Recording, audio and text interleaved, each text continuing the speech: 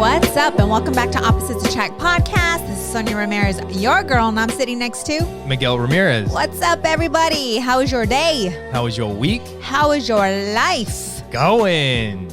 We are excited. We are. Especially after drinking this Rockstar Zero. Like, oh my God. You were just saying we need to be. Yes. Rockstars, what's up?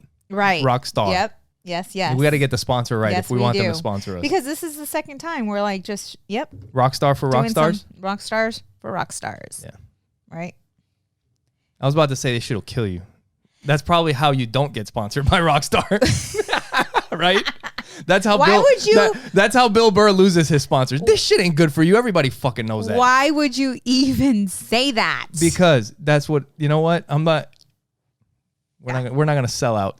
All right. This shit ain't good for you. We'll do some good. It's not, but it is. So don't do what we do. When you're feeling tired and you need a boost, right? Yeah. It's either that or a shot of espresso. The espresso's probably better. You know what is? Okay, because you know what's in espresso? Coffee beans. Right. You know what's in this shit? Antioxidants. Black coffee only. Dude, listen. Yeah, forget about it. Yeah, exactly. Yeah, it's just it's not going to work. Well, yeah. It's not good for you. But either way, when you need it, it's there. And we keep a few, so it's not like we're crackheads. We drink about one a day. We do them every once in a while. Yeah. But so this we're recording later than usual on a Saturday, right? Yes, Saturday evening. Yes. Usually we try to get the recordings done a little bit earlier, but today we went and first you guys, we started out by for me working out. You went and worked out with Zumba. Audrey, right? It was so fun. Yeah. I love. You guys are liking Zumba. She enjoys it, and I enjoy it as well. And so it's just funny because we have similar likes. Is she loosening up a little bit? Yeah. Oh yeah. She's not twerking yet though, right? No, not yet. She's not dropping it low? Not yet. No. Okay. But we got some time. She loves it. You know, That's she good. enjoys it. It's just we got to keep on it. But what sucks is that the classes are Tuesdays and Saturday morning, Tuesday mornings, and she's going to school. So it's like she can only do Saturday. Yeah, and she wasn't feeling so hot yesterday. She was a bit emotional, and I knew, I'm like, okay, I'm going to take her to Zumba because I know that Zumba will lift her spirits. Yeah. You know? That's good. Yeah. So we had a great time. It was fun. Yeah, so while you guys were at Zumba, I was working on a leak that we had at the house in the irrigation. Yep. And then you recently got an elliptical. Yes. Well, we've talked about on this podcast before. Yes. That Sonja comes home with free shit all the time from her clients, signings. yes. She goes on appointments and comes back with pets. I came home with a tortoise one day. So sometime last week or the week before, you called me up and you're like, hey, I got us an elliptical or something like that. Yes. She's like, hey, is there a way that we can pick it up? And I hit up one of my friends, Blake, who listens to the podcast. Shout out to Blake for helping us pick up the elliptical. Woo! But it's a nice one. No, for reals. And I told him, I'm like, like it has a fan. It has speakers. It's got the heart monitor. Yes. It's a legit one that they have at the gyms. Yeah. And they just gave it to us. Like I would have paid $150, 200, whatever. But he was like, if you want it, it's yours. Yeah. Just come pick it up by Sunday. Yeah, we did. It was cool. And it's great. So while you guys were at Zumba today, I was like, I got done fixing the things around the house or the thing that I had to do. And then I was like, I'm going to jump on that. Yeah. And I started going. I came home and this was Miguel. Yeah. No. So it has, like I said, it's got speakers. So I hooked up the phone to it. I started playing some music videos and I was going to town. Right. So I did like a cardio thing. I'm still trying to figure out how to work the thing. But I set it on cardio and it's automatically set to 30 minutes. So I did that. And at the end of the 30 minutes, I was thinking that you guys were going to be coming home. Right. And I was like, well, I could just keep going. Until we get home. Mm-hmm. So I'll just keep going until you get home. So I hit start again and I kept going. And I was there for another 30 minutes and a little bit more, but it was pretty much right about an hour. And for the first time working out. And I was drenched and then jumped in the pool real quick. And then we went to go check out a jiu-jitsu tournament. Yes. Yeah. My little nephew was competing. Some of our teammates from it was nice to see everyone there. You know, because it's been a bit. What I knew was going to happen happened. What? I knew it. I knew that if we took Adriana to a competition to watch Andrew compete, that she would want to compete again. Well, they also saw their friends. Yeah. They saw their friends out there getting ready to compete too. And so, sure enough, right before we left, she asked us, to put her in a competition. And it's so good for her because she's so soft and so loving. I think that this will help her not only with her confidence, but just, winning. You know what I heard Joe Rogan talk about recently? He was talking about jiu-jitsu. And it's true, like there's certain martial arts.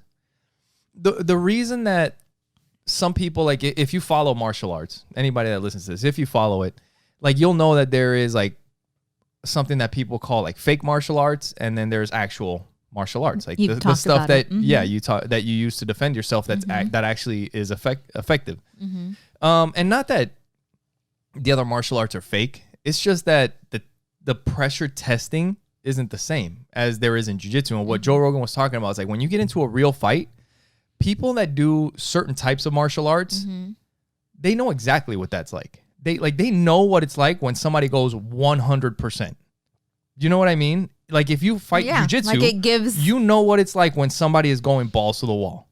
But if you do one of these other martial arts where it's more of a dance and you do this and your partner is supposed to do something else, or you kind of go 50 or 60%, but you never really go, and it's not like real resistance. You have no clue what it's like when it really goes down. So that's part of the confidence thing that you're talking about when she gets into that, and she knows that like she can handle herself. Yes, and she knows that she's competitive. Like she knows, and I love the fact that she is, because I don't know, maybe I am. But I never played sports to say that I am. I don't know. Yeah. I don't know. I don't see you as like really competitive. I don't think like I am. As a competitive person, like really. But I wish I had some of that. Maybe I will find that when I find what you. Yeah. No, I don't know. I don't like, cause you just like, you're happy doing your thing. Like you'll push yourself. Yes. But you're happy doing your thing. Yes. You know. But I love the fact that she has that in her. Like she said when she was in the, when she was there in the environment, that she felt, right? Yeah. That she felt that she wanted to kick some butt. And so Miguel was talking. I loved what you did today. Like you were asking them questions to get them to realize that the reason why they were feeling that way had to do with their ego. Yeah. So what happened was a couple days ago, actually, it might have been yesterday, on the way to jiu-jitsu, we were listening to the Warrior Kid podcast by Jocko Willink. If you have kids, definitely check it out because it's a great podcast. But in that podcast, they were talking about the ego and the effects of the ego and what it does and how it makes you, sometimes it makes you think that you're not as good, but another part of the ego is making you think that you're better than you actually are, and that maybe you don't need to train as hard because you're already good. Like I've heard the kids say so many times, and I'm sure if you have kids, like you ask a kid something and sometimes it's like, oh, I know it. I'm good. I mean, even in jiu-jitsu, if you teach kids in jiu-jitsu, like you'll be like, oh, let's do this move. And you'll hear almost every class, some kids say, oh, I know how to do that. And it's like, yeah, we have adults that have been doing this for years that don't know how to do that, but that's the ego thing. And I was telling the kids that when you went to the tournament and you felt that you could beat everybody. Guess what? Every kid or most kids that practice jiu-jitsu that go to that tournament start seeing people competing. They start seeing their friends, in their gis, and they're getting ready to compete. And you start getting that feeling. The thing is that if you feel that way and you don't actually train, you're going to go out there and get your butt kicked. Trouble. You're going to get destroyed. What you have to do is understand that other people are feeling that way too, and they may be training really hard, because they also want to win. Nobody wants to go to these things and lose. So you have to remember that. Right. Adriana, I don't know when it was, 2 days ago, you guys came back from jiu-jitsu and she was just feeling herself. Yeah. She was all like hopping around and smiling. And you told me that she was kicking butt in jiu-jitsu. Yeah. And I asked her and she's like, yeah, I was doing good. And I asked her, I'm like, how did you feel? Like, how did that really make you feel? And then I asked her, I said, what was different today? Because Adriana normally is the one getting her butt kicked, right? Like not getting her butt kicked, but she just does not want to, she doesn't. And that's why when you told me you put her in to compete, I'm like, ooh, I don't know, because I don't see her wanting to hurt like that fire or cause discomfort on someone else. And when I would go to jiu-jitsu with you guys, I would watch her. And it wasn't the Audrey that I seen when she was competing. It was different. She was softer. She wasn't as aggressive kind of deal, right? You know what? And she doesn't turn it on. Like she doesn't turn it on. That's sports. That's sports. Mm-hmm. That, I mean, anybody that plays sports knows that. Yeah. Because there's some people that practice, they can practice their ass off. Mm-hmm. And when game time comes, it's different. But that day was different for her. There's some people that jiu-jitsu. don't practice and don't do much in practice, but when it's game time, they show up. But a few weeks ago, she showed up. Yeah. Like she showed up with her teammates. She was doing well and she accidentally hurt one of her teammates and she was feeling really bad. Yeah. But I asked her, I'm like, what made today different? I'm like, I need you to think about that. I need you to sit in silence and think about why is it that you did so well today? Did you have a great day? You know, did something, did something you listen? Click for you? Yes. Or, was it a certain song you listened before you got into jiu-jitsu? What is it? Were you trying something new? Yes, like what? Because if you can figure that out, then you can turn it on whenever you want to turn it on. You got to do more jiu-jitsu, babe. It's not always like, sometimes you want to turn it on and other people turn it up more. Yeah. It doesn't work but all still, the if she can tap into that. Yeah. Yeah. Well, you know to what have I'm that saying? attitude, I mean, you're still. Yes. The thing is, there's times when you get your butt kicked, but if you're trying, I mean, it doesn't feel bad. Mm-hmm. But it's when you know that you're not. That's when she comes home mopey. When she knows that she didn't really try and she got smashed, you feel like crap. Right. So that's why I told her, I want you to tune into whatever made you feel good before you stepped in. Yeah. Did she tell you what it was? No. I'll ask her again today because she was unsure. She's like, I don't know. So you, like, right now you were saying, like, for her to think of what was it that made her feel good, that put her in that mood for her to be, just at her best. Yeah, just to do well. Yeah. Is there any, like, do you think it's effective, like, to think about the negative stuff to help you train? Yes. It's both. Yeah. Or is it because just depends on the people? Where or on the person or no. I mean, I don't know if I'm understanding your question, right? But I can tell you that when there's a certain... It's like the thought of yourself doing well and kicking everybody's butt. And then you're training because you're like, there's also training because I'm not great. Right. And everybody kicks my butt. Yes. And I don't want to keep getting my butt kicked. Right. Yes. And that's what and I have that. I mean, I go through that at times. Yeah. I know. And it's always with my weight. Like, it's always with my weight. Like, I know what I need to do.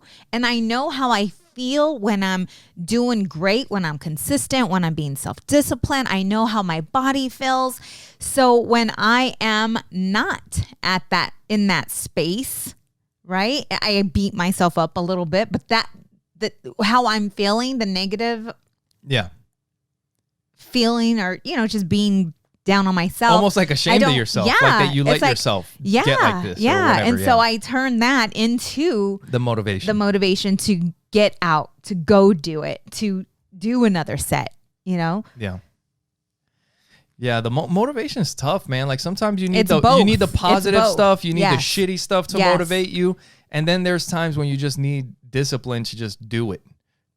Because that's one thing too. When you get on a roll, I'm just saying, like when you get on a roll, sometimes like it's great when you get on a roll because it's harder to get off of it. Like once you've been doing it for 7 days or 14 days, or I mean, they say like 2 weeks or 3 weeks or whatever. I don't know, whatever they say. That once you do something for a certain period of time, like it's a habit or whatever. But I think part of it is because mentally, you know that if you stop, you're back to day one. Like you can't, so it's like, I'm going to keep it going. And the farther you go, the harder it is to stop, because then you're back to day one. And you can get that. At least for me, because I'm a psycho. By others, others just being sick of them on you, and you just want to shut them up. For example, when you were teaching me how to drive stick. Yeah. You would drive me nuts. And sometimes I would get upset because I just wasn't getting it. Like I wasn't getting it, but I had you in my ear and you were driving me bananas. So I'm like, okay, I need to get this. Like, I need to get this to shut him up, to leave me alone. Like that was like 10 years ago. I don't even remember that. Dude, you were on me. And to shut you up, I got it. No. And guess what? There was a time. There was a time when you needed to know how to drive stick, and I wasn't around, and somebody else was like, I don't remember who it was. They're like, you know how to drive stick? And you were like, yeah, my husband taught me. Right. Yeah. Yeah. Yep. You don't mention that shit. You mention all the screaming and me getting on your ass about it, but you didn't mention when you used it. Anyways. But speaking of you working on yourself, right? You've been working on yourself quite a bit lately. For a long time. Well, yeah, for a long time, but it feels like forever. But something specific that for pretty much your whole life, you haven't, like your whole life, you've had trouble remembering your childhood. And more recently, you've been trying to remember, what happened when you were a little girl. Mm-hmm. And little by little, you started putting some things together, and then it seemed like the picture started becoming clear, and then from there, you could like really start putting some things together and remembering quite a bit of stuff. It's so insane. It really is. Because real quick, you had, up until this point, what was like the earliest memory that you had before like like let's say 3 weeks ago? What was the earliest memory that you had that you can remember? About what age? Probably like 11, 12. Like 12? When I was with my mom. Yeah. When I was living with my mom only. So hold on, let me think. Probably 11. 11? Mm-hmm. So before that, you didn't have memories of being like maybe little faint things or right, just very, but nothing specific. No. Yeah, and I think I've looked it up too. It's been a long time, but I think kids usually around 5 is when they're starting to like. I think humans start having or remembering stuff from about 5. Like before 5. You're not going to remember that stuff. But at 5, you'll remember some of those things for like the rest of your life almost. Or like, because I remember things from when I was 5, Yeah. And I think a lot of people do. But recently you've started remembering some of that stuff. Well, it started when I was, my mentor, right? When she's 76 years old. Love her. And I started talking to her, and I started to tell her that. And so that I knew that that I had a bigger purpose. I've always felt that. I've just always felt that deep down inside. And I've been prophesized over and had, dreams and just craziness. People that don't believe or know me or understand it is like, girl, you're crazy with all the things that I've been through. And so I met, my mentor who's, 76 years old, and she just so happened to be a psychologist. And she gave me some things to do, a list of things that I need to do, things that I need to meditate on, things that I need to pray through, quiet time. Think about all of that. Yep. Just sit in it and really try to think back and try to remember me as a child. Yeah. 5. Like she said, 4 or 5. Just really think back. I could not remember my past when my mom and dad were together. And they were together for 17 years and divorced when I was 9 years old. Yeah. But I didn't have any memory of them being together. And I always thought the reason why I didn't remember was because it must have been full of trauma. Yeah. You know, that maybe I had a bad childhood. Well, maybe it wasn't a bad childhood, but your parents splitting up, that's, I mean, I don't know because I don't remember it because I was so young, but I would imagine that's pretty traumatic at 9. And I don't remember, I don't remember crying or, you know, just going through that. I just did not remember. And so I wanted to remember. That's the thing. Like I knew that in order to fulfill whatever it is I need to fulfill in life, that there's healing that I need to go through. There's things that I need to resolve. And so I've been working on myself, and Miguel and I, you know, I started to remember some things. Some things weren't that positive. You know, there were some traumas. A lot that there was were. A lot. Well, I'm talking about like before I remembered what I remembered 3 weeks ago or 2 weeks ago when you and I were in the kitchen and Miguel is talking to me. And this is super, super crazy, you guys. Let me tell you, the way that we got into it, we were talking about cars. We were talking about being kids. You were talking about a situation. So we were talking about being scared as a kid. Yes. And what brought it up was running out of gas. Yes. And we started talking about like when we were growing up, it was like it seems like every kid or every person that's around our age or older probably has a memory or something of running out of gas, right? Mm-hmm. On the side of the road. Yeah. And we were talking, we're like, was that a thing that used to happen back in the day? Because everybody's got memories of that. Or was it that we were broke? I was like, because I do remember putting in like $5 at a time of gas or like a couple dollars here, you know what I mean? But I would remember like there was one time where we ran out of gas and my dad jumped out of the car and I was like, I was a kid. I was scared. Like it's dark as shit on the highway. I was like, my dad's going to die going to get us gas. We're going to die out here. Like this is going to end fucking horrible. You know what I mean? Yeah. And you were telling me, you're like, and I think that's kind of what started triggering your memories. Yes. So I remember being in Miguel sharing his story with me, his memory. And all of a sudden I looked down and I told him, I'm like, I remember being with my mom and my dad in her Monte Carlo, yellow Monte Carlo. And I'm like, my dad was leaving us and he had a gas can and he was leaving us. We had ran out of gas and he was leaving us. And I was so scared. And I remember just having that love for my dad because I didn't remember my dad. And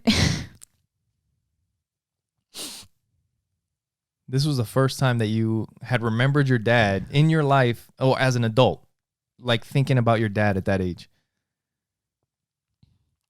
And I remember my mom telling me, like, you're so silly. Like, he's going to be back. Like, you're going to be fine. And after that memory,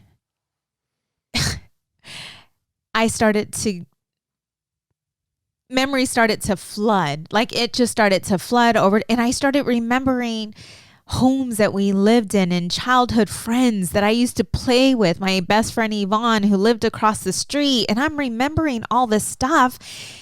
And I don't remember exactly how old I was at that time, but I knew that I was young. I knew that I was like maybe 6 or 7, you know, and I started to remember details like the house was next to a church and in that church, I remember a pastor and I remembered, you know, that he was an older gentleman that was balding. He was balding and he was gray and his height, you know, like he was kind of tall. He was probably maybe like 6 feet. Or maybe I just thought he was tall because I was little at the time. Yeah. And then I started to remember my sister Diane, who's no longer alive. Yeah. And how she was with me and how close we were. And I started remembering my sister Lorraine as a teenager, or as a kid. And it was just so amazing. And what is so crazy is that the gifts I have today, I thought that they were new gifts. Me being able to feel energy, being sensitive to energy. And then I remember as a little girl being very scared in that house. It was a very scary feeling, a very weary, just crazy. And I'm talking to Miguel and I'm sharing this with Miguel, and I can feel what I was feeling as a little girl, just being scared in that house. And then I remembered my mom telling me that house was haunted, but I never remembered that house. Yeah. I never remembered that house. And then I started to remember, that my uncles and my aunts would come and we would have all my cousins around and we would just play. And the adults my parents were party animals. They would party all the time. They would play poker all the time, with my aunts. And I started remembering how they were active. Like we used to go to the park and they would play handball and baseball and basketball, and it was all the couples together, just like hanging out, having a good time, and us cousins always together. And I mean, they were just pouring in. My memories were just, I was being flooded, and I was so overwhelmed with emotion. And poor Miguel, I couldn't talk. Poor me. Well, listen, I didn't know what you were thinking when I first started, because when these memories started to flood, I started to cry, and I put my head down, and I'm crying not just in tears, right? Like I am like, we're sitting in the kitchen hanging out, crying because I had a sense of guilt that your childhood wasn't as bad as you thought it was. Yeah, and that, that like reminds we me, weren't as poor as I thought we were. Yeah. And that reminds me of something that I just heard recently that I shared with you. That the comedian Bill Burr, who we're going to go see in December, he had recently talked about that he thinks that growing up, the way he saw things, he thinks that maybe he saw them worse, or he made a bigger thing of them than they actually were. Mm-hmm. And he was saying that maybe his parents, because when he would talk to his parents about like, hey, you did this or this happened and this and that, and they're like, dude, what the hell are you talking about? Like that was nothing or whatever. Mm-hmm. Like they blow it off like it wasn't shit. But I think for him, he kind of sees it like as a kid, you put so much more on the things that are happening around you. Mm-hmm. Ugh. Now that I think about it, we got kids going through a pandemic. Fuck, that sucks. You know what I mean? Yeah. So you put more on it as a kid. But as an adult, you're like, you make less of it. But he was like, the truth is probably somewhere in between. It wasn't as bad as he thought it was, or it wasn't as big of a deal, or the things that happened, it wasn't as serious or as major. And it also wasn't nothing, like the way the adults at the time made it seem. You know what I mean? He's like, maybe it was somewhere in between. Yeah. Yeah. And I was just, what was it? We were on the way home from something. I just had that thought. Like I was going to say something to you about my childhood. And I thought about what Bill Burr said. Mm-hmm. And I was like, yeah, maybe it wasn't bad. Maybe it wasn't that bad. Maybe it is just me. Maybe that's just how I saw it as a kid. And it really wasn't as bad as I thought it was. I just didn't know better. Yeah. And another thing that made me sad, because I didn't remember my sister Diane. Yeah. And I didn't remember Lorraine either, like having a relationship with my older sister, because I have two older sisters. Diane, we're 5 years apart. Lorraine, we're 7 years apart. And then I started to remember, I was sharing this with you. My sister Diane she was a badass. Yeah. Like she was just a badass. Like, she was known for breakdancing. And then I remembered that they called her Smurfette. Like it was very spiritual for me though, because I couldn't believe that I didn't go to see a counselor. Yeah. Like I didn't take the steps that most people take in order to heal or remember their childhood. Yeah. And it was so uplifting. I mean, I think you and I were talking for a couple. Yeah, no, we talked for a couple hours. We talked for a couple hours, I think. Yes. I mean, at least like 2 hours, I think, if not more. Because once it started happening, like I realized when, after you started and you were crying, but then you started talking about, certain things and you were saying like that you had never remembered this before. And once you started remembering certain things, then I started thinking, I was like, you know what? Like maybe if I'm asking some questions about, then you'll be thinking more about other things and it'll help bring more memories. And it did. It started bringing up more stuff. And you were, you started mentioning the breakdancing and all that stuff. And she was so smart. I remember I was telling you that it was picture day and she had these yellow pearls. They weren't pearls. They were like yellow it was a yellow beaded necklace. And I wanted to wear it for picture day. And don't you have something like that? Like a yellow beaded necklace or something? No, I have pearls, but this was like a yellow, like the color. Yellow it was like all that. Yes, like a bright yellow necklace, beaded necklace. And I remember asking my sister if I can wear them for school. And I remember her telling me, like, at first she wasn't too excited, she was like, I don't know. But then she gave in and she's like, take care of them. Like, take care of them. Yeah. And I remember that, like, with Diane, that she had so much. She was such a smart girl, and she was not shy, and she could dance. Like that girl, they won trophies, and they would compete. So you were telling me that when she would break dance, that she was like the center. She was in the middle. She was the one that everybody was looking at, and everybody else was dancing, doing their thing, but the focus was on her. Yes, because she used to vibrate like no other. Like her, no other. Like the pop lock and dancing. There you go. Yeah. Yes. And she was known for that. And I remember being a little girl and my dad would make her take me with them, her and Lorraine. And I remember the house. Like I could take you to the house. We got to do that. And it was a boy, who lived in that house. And then I even remembered a big guy, like his name was Big Ed. Like they would call him Big Ed. And he was like a big fun teddy bear. Yeah. And they would all compete. And I remember that they would get cardboard boxes and cut them up so that they could spin and do the windmill and the head spin, whatever they call, all of that. And they would be practicing. And all I remember is like loud music playing. And I would play with their little brothers and their little sisters. Yeah. That's crazy. It is crazy. And there's so much more that I remembered. But when I can literally take myself back to that little girl. And I was happy.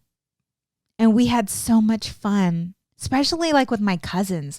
I mean, we had a big group. And I remember playing red light, green light in front of the house that my dad lives in today. I remember being in the front yard playing red light, green light, and playing Red Rover, right? Yeah. You had your hands together. Like I remember playing all of that. And I even remember some bad things that happened. My sisters got jumped. Yeah. I remember feeling so scared. Like I remember I can close my eyes and take myself to that day. And I even remember the house, the way the house was set up, and these people, and someone breaking into our house and finding out that it was someone that my older sister knew, and finding eggshells, in the house because they knew when we were coming back, and they were actually living there during that time. You had told me a story about your dad. Like there was a situation that happened with a house down the street. Yes. And Yeah. Before you get into that story, make sure you guys go to oppositesattractpodcast.com. Share with the people that you know. When you go to our website, you'll see all of our social media there. You can watch the show there. You can listen to it there. You'll see all of our social media links at the top. But when you go to the website, at the top, you'll see the Support the Show tab. Or if you're on your phone, you can click the menu button and you'll see the Support the Show tab. When you click on that, it'll take you to our Amazon link. And anything that you purchase through that link doesn't cost you anything extra, but it helps out the show. And you'll also see a link to Trust Inc. And Trust Inc. is? We are a nationwide mobile notary and signing agency. We do a lot of work with real estate agents, actually now, lenders and title companies. So if you're looking to purchase, refinance, or sell your home, you can request Trust Inc. to be your signing agency. Yep. And you can go to Trust Inc. directly by going to trustinkusa.com. And when you're on the Amazon website, when you click through that link, you can also search for our merch, which you can find our phone cases, T-shirts, pop sockets, all kinds of stuff. If you just search Opposites Attract Podcast on Amazon, you'll find some of our stuff. We're also affiliates with Libsyn, which is who hosts our podcast and distributes it to iTunes, Amazon Music, Spotify, everywhere that you get podcasts, they distribute it. And you guys can try out Libsyn. If you have a hobby that you want to talk about, if you've thought about starting a podcast, you can use promo code OAP for Opposites Attract Podcast, and you'll get whatever month you sign up in for free, and you'll get the rest of the next month for free just for trying out Libsyn, promo code OAP. And we're also affiliates with Pinwheel, which is a smartphone company for kids. Specifically for kids. It's pretty much the best smartphone for kids. It's it's the only one that we found. We did a bunch of research. And before we ever even became affiliates, we paid for it ourselves. We didn't ask for a discount. We didn't try to get in because we believe in what they were doing. Right. And it's something that it doesn't have any internet, no social media, all the apps that are available on the phone. There's a lot of apps. What makes Pinwheel different is that there's other phones, but they don't allow apps on it. This is a phone that kids can grow with from the time they're 5 all the way until they're teenagers. And the parents select the apps that you want on the phone.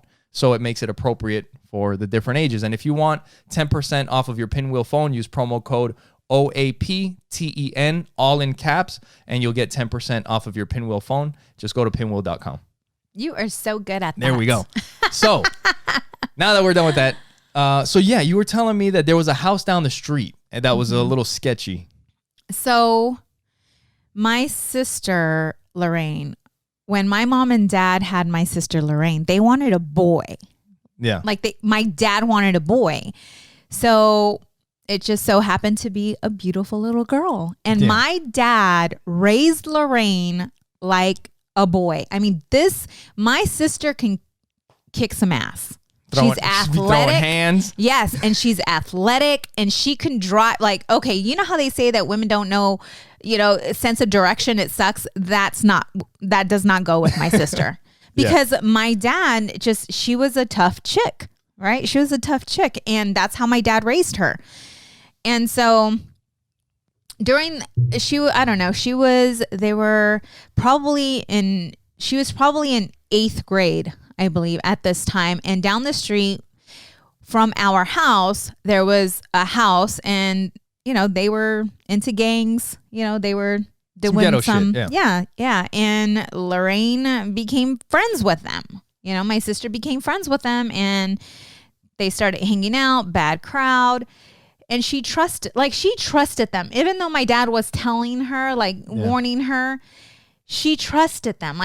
Even though they're not that great, I trust them. Yeah. She thought that they had her back. So she asked them to watch our house while we were going on, I don't know where we were going. I don't remember, but out of town. And she told them when we were coming back. Yeah. And that is what happened in that situation. Now, my dad, when he found out who it was. What happened? What happened? They broke into our house and they stole a lot of crap. Yeah. And my dad found out who it was. And my dad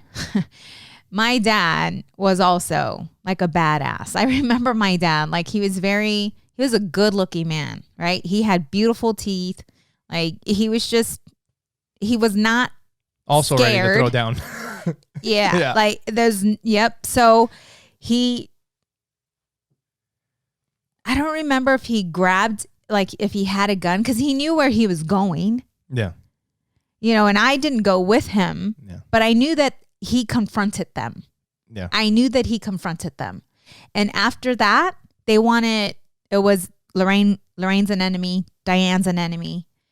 And they ended up getting jumped, like on their way home from school. There was a play going on. I remember because I was there and it was Thriller and it scared the crap out of me as a little girl. And Diane was always, like, that girl was always the main character when it came to drama, plays, anything like that. The center of attention. She was. And I remember that they were walking home because we didn't live too far from the school, and they ended up getting jumped. And they came home, and when my dad seen Lorraine and Diane, he's like, get your stuff together. We're going back, and you're gonna fight. Like, you're gonna fight. And I mean, that's how it went down. Yeah.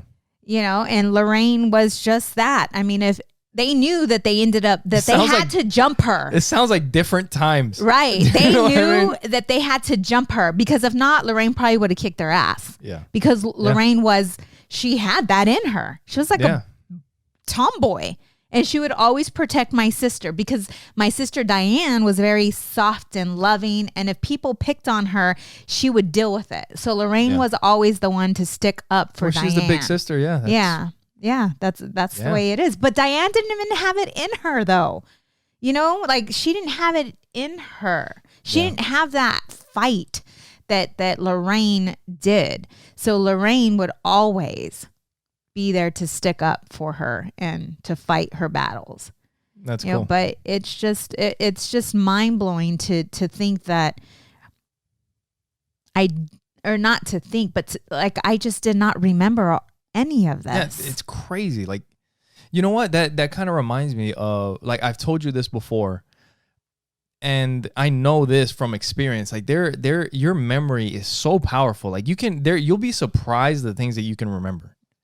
If you really sit down and think, like, hard, you'll be surprised what you can remember. Because if you guys have listened to this podcast, it was one of our first episodes. I mean, this is like way back, going back over 100 episodes probably. Mm-hmm. But there was an episode where we talked about when I got arrested as a kid. And I was wrongfully accused. I was 14 and I got put in jail for a couple days. But when that was happening and I had gotten arrested, the detective came to the house and we were going through the whole court thing. Mm-hmm. I had to go back and remember exactly what happened on the day that I was being accused of robbing somebody. And that wasn't like a special day. Mm-hmm. It was like a regular day, like nothing exciting happened. So, and I had gotten arrested like a month later. So now try to remember what you did on the 13th of July. I would have to take up my schedule. We don't have schedules. Yeah, I know. Back in then the when 90s. You were a child, yeah. You know what I mean? So, yeah, try to remember what you did on the 13th of last month. Mm-mm. Well, guess what? I can tell you that you can remember exactly what you did from the time you woke up to the time you go to sleep if you think hard enough. And you know what? That reminds me of something else. In Vietnam, when soldiers would get caught, one of the ways that they would torture them is they would put them in cages and then put them in the water. And you can't fall asleep in a cage in the water, you know, so that would just end up making you go crazy, or they'll put you by yourself. And one of the ways that if you sit by yourself with no interaction, like, you end up going crazy, right? Like solitary confinement, that shit will make you nuts. One of the ways that the soldiers would keep from going crazy was they would start trying to remember everything. Like, that would keep their mind busy thinking about the past instead of just your mind wandering and just flipping out. But that's what one of the techniques that they would use to keep it together. Wow. It's freaking nuts. It is. Memory's pretty powerful. Yeah. I just feel free. Yeah. How was it? Like, how do you feel? What's the difference? Well, after, because I'm remembering all this, but it's like, how am I remembering all of this and all the details? And I wonder, you told me you need to talk to your mom. Mm-hmm. And I didn't talk to her about everything. I talked to her about some things because I want to talk to her in person. I want to go, I want to see her and it just be her and I. And I want to go visit my dad. And I want it just to be him and I. And I want to sit there and just ask them questions and confirm whether what I'm remembering is accurate. But I did call her and I started asking her questions and just telling her things that I remember. And she's like, how are you remembering all of this? She's like, you were only 4 or 5 when we were in that house. Yeah. Like because I've expressed it before. I'm like, Mom, I don't remember my childhood. No, you've said that for as long as we've been together, you've always said that. Yeah, I just never remembered my childhood. And so talking to my mom, and I remember her, she's like, how do you remember that priest? Like, that we lived next to a church and I can close my eyes or leave them open and I can see him. Like I can see him, every detail like about him. And I was sharing that with my mom and she said, yes, that's Pastor Brian. And that's when she's like, how do you remember that? And then I asked her because of how I felt in that house as a little girl. I felt unsafe. I felt scared. I felt uncomfortable. I felt, like I can feel the hair standing up on my arms when I was sharing it with you, right? Like I kind of, and she's like, yeah, there was something going on in that house. Yeah. She said, I have several experiences in that house. And that's why we moved out of that house. Yeah. That's crazy. That's when I realized that, the gifts that I have today, I've always had. I just didn't remember as a little girl being sensitive to energy. Yeah. I just didn't remember it. That's crazy. But she did confirm the things that I was remembering were accurate. And I only shared bits and pieces with her. Yeah. Because I think that there's more. Oh, I'm sure. Sure, there's more that will be revealed that may not be happy once I start asking questions. I mean, we all have situations that we've gone through as children that we don't recall because we don't want to. Well, I've said it on here before. I think one of the things that protects our brain is forgetting things sometimes. Like if you go through trauma, you forget. Mm-hmm. Like it's hard to remember that stuff, and maybe it's that way for a reason. But that's what surprised me so much about when you started remembering stuff, because was it weird? It's not that it was weird. It wasn't weird. Were you what the hell's happening right now? But it surprised me because it was much at once. No, I was thinking that there must be a reason. Like the reason that you don't remember was maybe because there was a lot of trauma. Like you were going through a lot of stuff, and that's why your brain decided to block that stuff out. But once we started talking and I was asking you more questions and we kept, going, and I was like, I'm sure there was things that you saw. Right. Just like me. And it's that Bill Burr thing. Like maybe it wasn't as bad as we thought it was. Yes, we saw some jacked up stuff, but maybe it wasn't all that bad. And that's what surprised me. Like when you were telling me, I was like, you have a lot of happy memories. Like you were talking about nonstop happy stuff. Right. And I was like, what? Right. It was weird. Yes. But it's good. When I talked to my mentor about this, she was so excited for me. And she said, it could be that the divorce, maybe because I feel that I was really close to my mom or to my dad, and my mom did tell me that I was close to my dad. So Sonja had mentioned maybe it's because of the divorce, of them separating, that you were feeling so much sadness as a child that you just blocked all of that out. Yeah. Maybe that's what it was. But like I've been prophesized over saying that there's a healing that has to happen in order for me to be free. Yeah. And I know there's more, but it's so amazing. Like you're excited for it. And yes, to know that I remember so much. Yeah. And to know that my journeys, I feel that this breakthrough, because that's what it was. It was a breakthrough, a huge breakthrough for me. Yeah. That I'm ready to take the next step. That I'm ready for whatever that is, that I'm ready for the next step. Yeah. Because I feel free. I feel free from my past. How do you, yeah. So is that what the difference, how did you feel before? Like, is there a different feeling? Like, what did you get out of that experience? From remembering? I mean, aside from obviously remembering all these great memories, but do you have a different feeling now? Like, I don't know. I'm just wondering. Like a different feeling about my past? About your past, about, I don't know, like, maybe it's just more excited to learn more about things that you didn't know. I'm a little nervous. Yeah. Because I think there's more to it that I have not remembered. But whether I remember or not,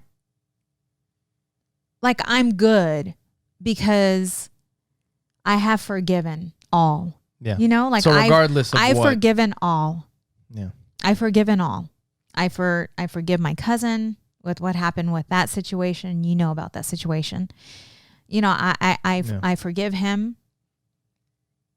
And any hurt that was there with my dad, or my mom, I forgive them. And I know that I have forgiven them because whatever it was, whatever has been, whatever was done has passed.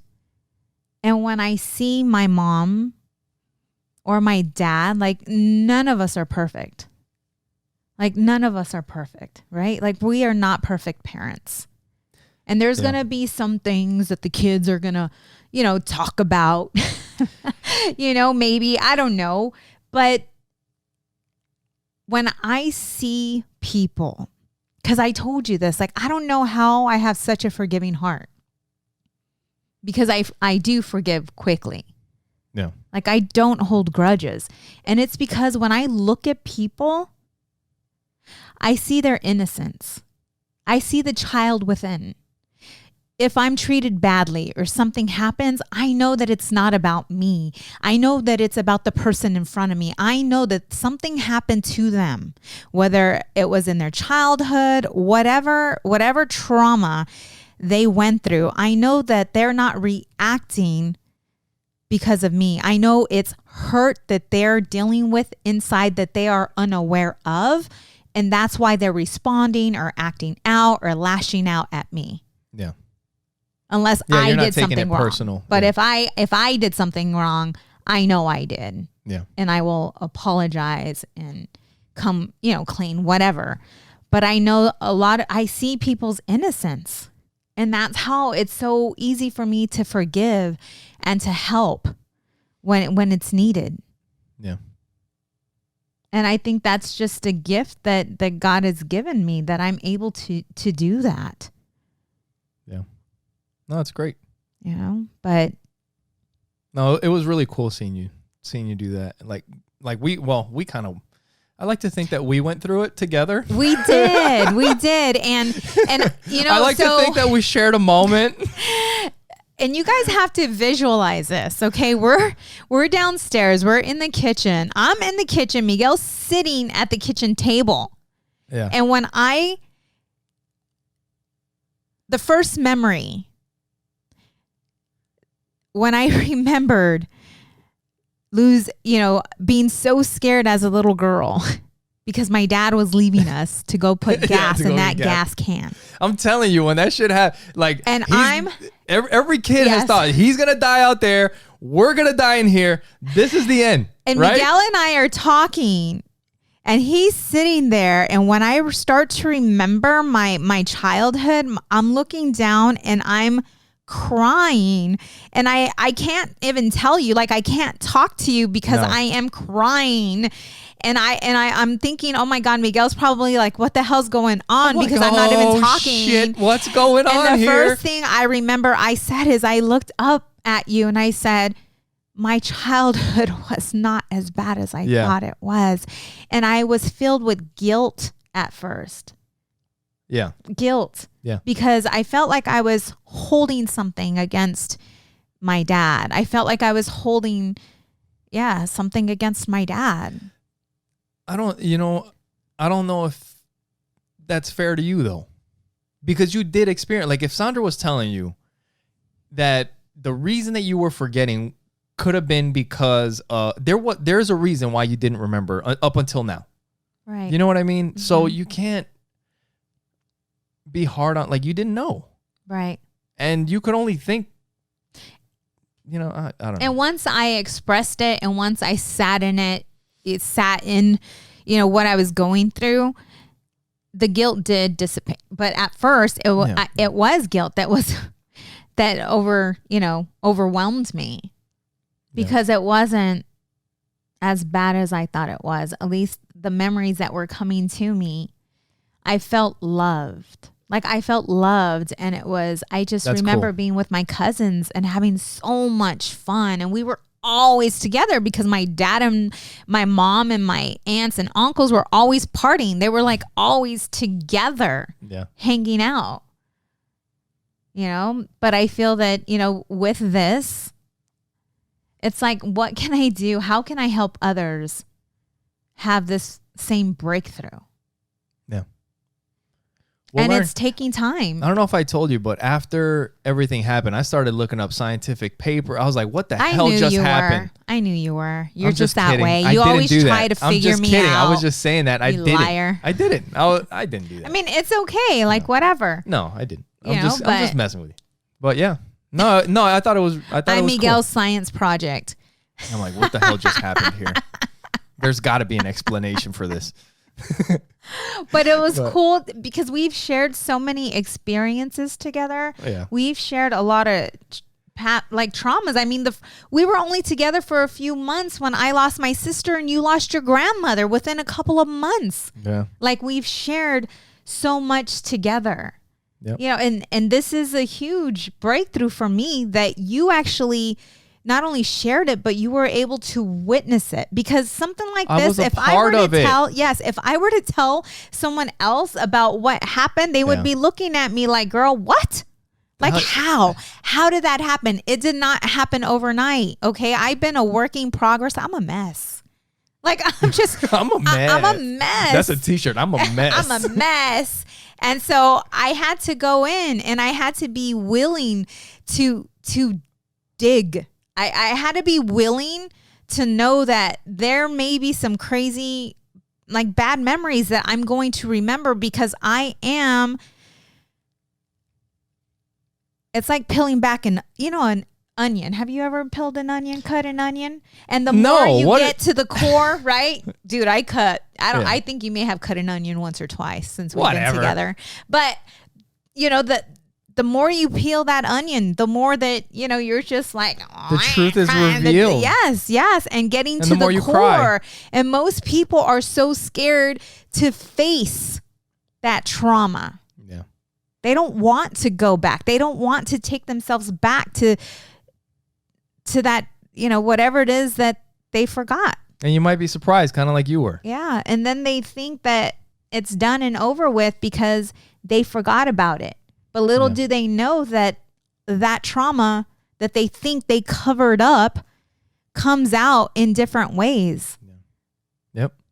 That the decisions and actions that they make could stem from the past trauma that they haven't faced. Yeah. And it's facing hard truths. They're hard truths, and facing your hard truths will set you free. Yep. Put that on a shirt. Put that on a t-shirt. Put I'm a mess. that on a t-shirt. I'm a mess. I'm a mess. Put that on a t-shirt. But and so are you. Back, you should put, but so are you. Back, hard truths will set you free. And a lot of times you don't ever remember those hard truths. And that's why it's so important to take time, quiet time, to meditate, to pray, to sit in it, to ask God to reveal your truth to you. And then self-process, certain things. Like if you say something that pisses me off, or you do something and it's something that you do over and over again, but it's not really a big deal, but it's affecting me in a manner that does not feel good. Yeah. There may be something to that. Yeah, something that's triggering it. Right. Yeah. Being jealousy, being envious of others, being insecure, lacking self-confidence, whatever it is, there's a reason why we're feeling that's that way. A trigger. There's a reason for it. Yeah. And it's asking your inner God, whatever your belief is, to help you to reveal it. Yeah, I think if you really think about it enough, I mean, there's no way. Like I'm telling you, I've done it. Like I just like I said, you can remember the most regular day. I mean, your brain is pretty damn powerful. You'd be surprised sometimes the things that you can do. You know what I feel? I feel like it was, I close my eyes and my brain is made of different doors. Like there's different doors. That's a great way to look at memories. it. And you got to walk through those doors and see what's in there. For real. And this door was bolted. Yeah. It was bolted. Yep.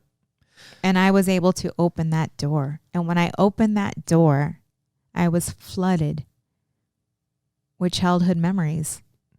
That was cool. From the age 4 and 5 on up. So you were saying that you're excited for what's next, right? Yes. To kind of keep going down that path and seeing what's going on. And that's not the only thing that we're excited for, right? Because recently, I think you guys, if you've been listening over the past couple months, there was a point where we were talking about trying to make some moves and do some things with our business, with our finances, with, just what we have going on. Because we're always trying to progress,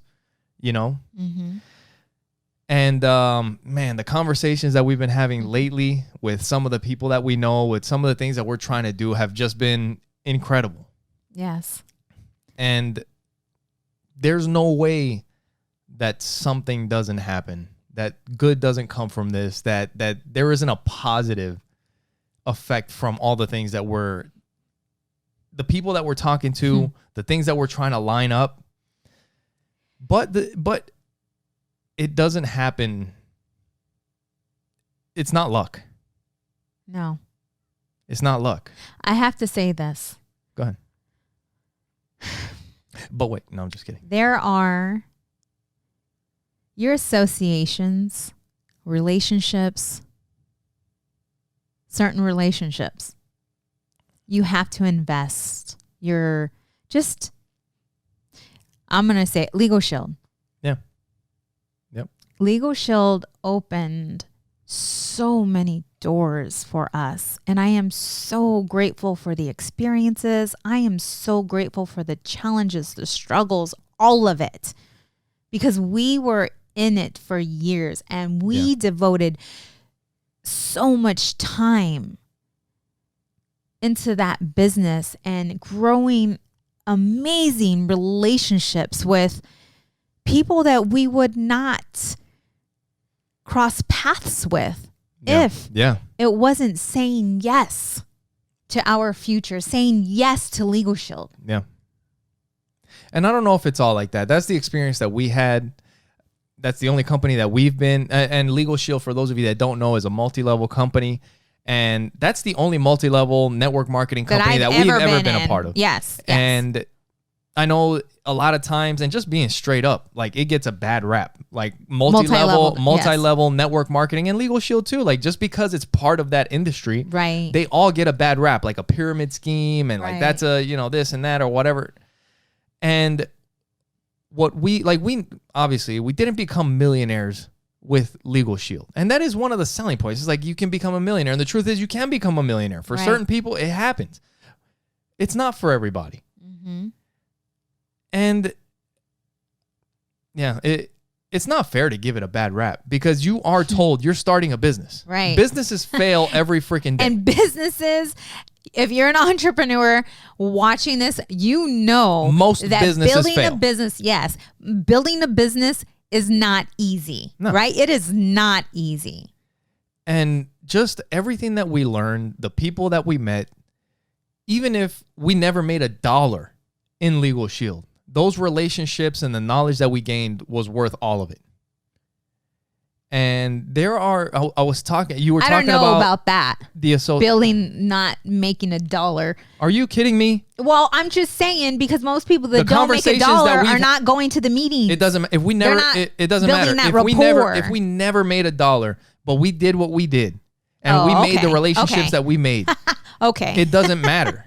No, you're right. You know, because we never made the kind of money that you could like live off of. Mm-hmm. Right? Well, I was living off of it for a while. No, not for a whole year. We've never made in 1 year money that we could live off of.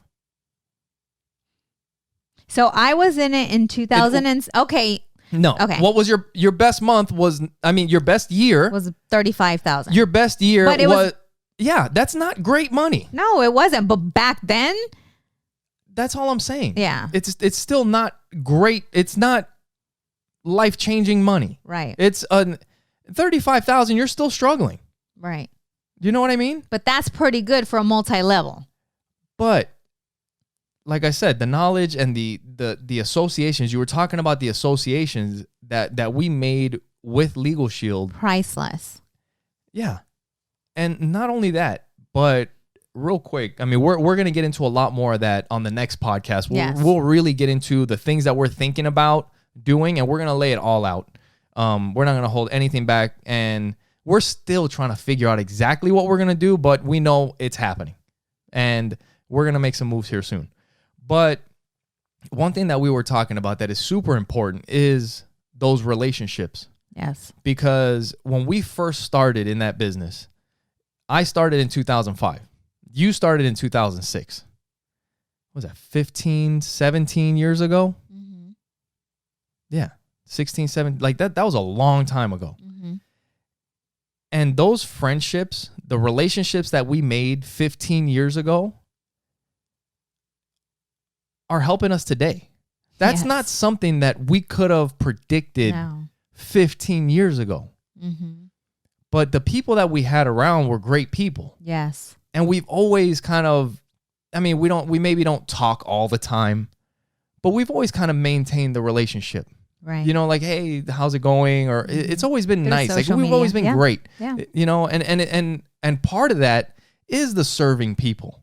Yes. Is helping other people out. Mm-hmm. Because that is one thing that we did used to do a lot, is help people when it didn't benefit us. Right. And guess what? It all comes back around. Yes, it does. There's people that were very selfish in the business that when we were in it. Mm-hmm. Those people don't have access to the same people that we have access to today. Right. And those people that we have access to today are great friends of ours. And I mean, it helps when you're trying to do some things. Right. To be able to reach up to somebody that's in a different position and they can help you up. Yep. But you have to maintain those relationships. Yep. It's part of being wealthy. And it's treating people good and just investing your time. And not trying to get something like what's in it for me? If I do something for you, what's in it for me? It doesn't matter. No. If they're good people, just be good to them. Right. And guess what? They'll be good to you. Yep. You know, so it's about nurturing those relationships. But we could get into that in the next episode.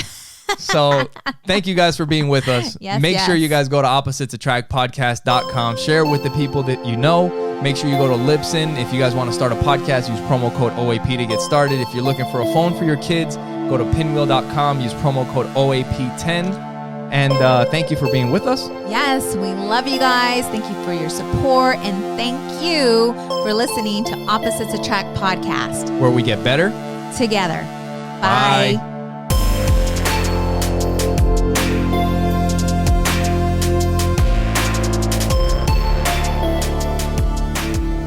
I think we nailed that. I think we nailed that one.